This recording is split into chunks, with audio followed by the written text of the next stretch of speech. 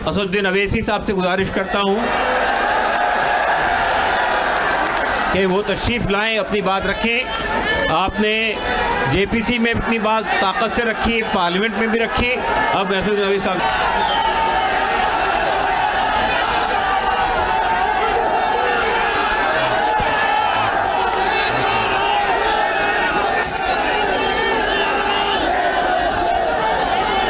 बिस्मिल्लाहिर्रहमानिर्रहीम।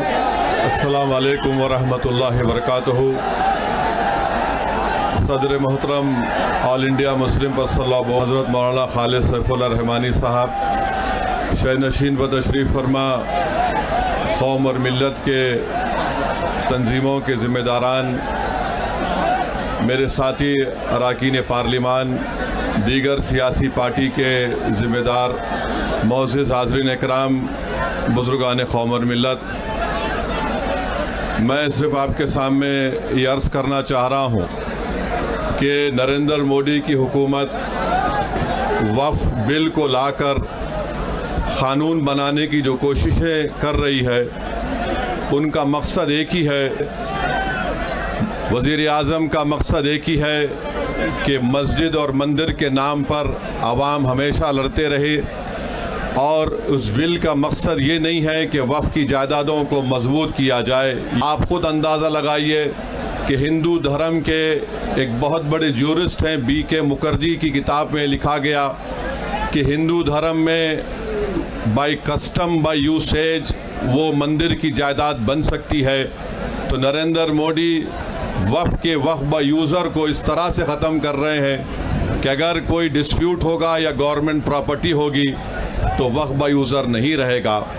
दिल्ली में 123 वक्फ़ की जायदादें हैं जिस पर मरकज़ी हुकूमत का कि ये गवर्नमेंट की प्रॉपर्टी है।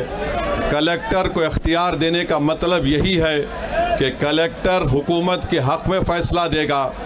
जिस मस्जिद के इमाम हमारे भाई मरकज़ी हुकूमत कहती है कि वो गवर्नमेंट की प्रॉपर्टी है, अगर कल खुदा ना खास्ता ये क़ानून बनेगा तो कोई भी जाकर मरकज़ी हुकूमत की तरफ से, दिल्ली सरकार की तरफ से वहाँ पर एक नोटिस लगा देगा कि ये वक्फ़ की प्रॉपर्टी। हिबा को निकाल रहे हैं, ट्रांसफ़र ऑफ प्रॉपर्टी में हिबा है, मगर कोई गिफ्ट नहीं कर सकता वक्फ़ की जायदाद को। नरेंद्र मोदी आजकल भारत के हमारे फजीलतुल शेख बने हुए हैं और ये बता रहे हैं कि अगर कोई मुसलमान होता है तो उसको 5 साल तक वो वक्फ़ को नहीं दे सकता है। ये कहाँ से इनको मालूम हुआ?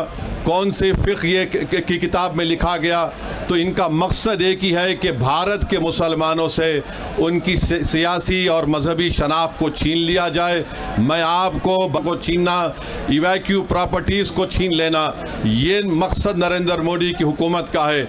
और हम कॉशन कर रहे हैं चंद्रबाबू नायडू को, हमारे पासवान साहब को और नीतीश कुमार तक कायम रहेगी अगर आप इस वक्त नाजुक वक्त में इस बिल की तायीद करेंगे तो आपको मुसलमान कभी नहीं माफ़ करेगा, क्योंकि आपकी तायीद की वजह से ये बिल क़ानून बनेगा। इसलिए हम उनसे भी कह रहे हैं कि आप इस गैर अनकॉन्स्टिट्यूशनल बिल की तायीद मत करिए। हमारा मुतालबा सिर्फ यही है, अगर हिंदू धर्म की प्रॉपर्टीज़ में, मंदिरों में, सिखों के गुरुद्वारा में कोई गैर सिख या गैर हिंदू मेंबर नहीं बन सकता तो मुसलमान के इस वक्त में क्यों बन सकता है? तो ये तमाम चीज़ें हैं। हम उम्मीद करते हैं कि हुकूमत इसका नोटिस लेगी। अगर नरेंद्र मोदी इस मुल्क के अमन को ख़राब करना चाहते हैं, वो मस्जिदों और मंदिरों के झगड़ों में जारी होगी। मैं यहाँ पर शुक्रिया अदा करना चाहूँगा हमारे जॉइंट वर्किंग कमेटी पार्लियामेंट के तमाम अरकान का, और ख़ास तौर से कल्याण बनर्जी साहब का, TMC के राजा साहब का, DMK का, हमारे नासिर भाई का और मुहिबुल्लाह नदवी साहब का। हमने तमाम बड़ी कोशिशें की, हमने अपनी अपनी डिसेंट रिपोर्ट को दिया।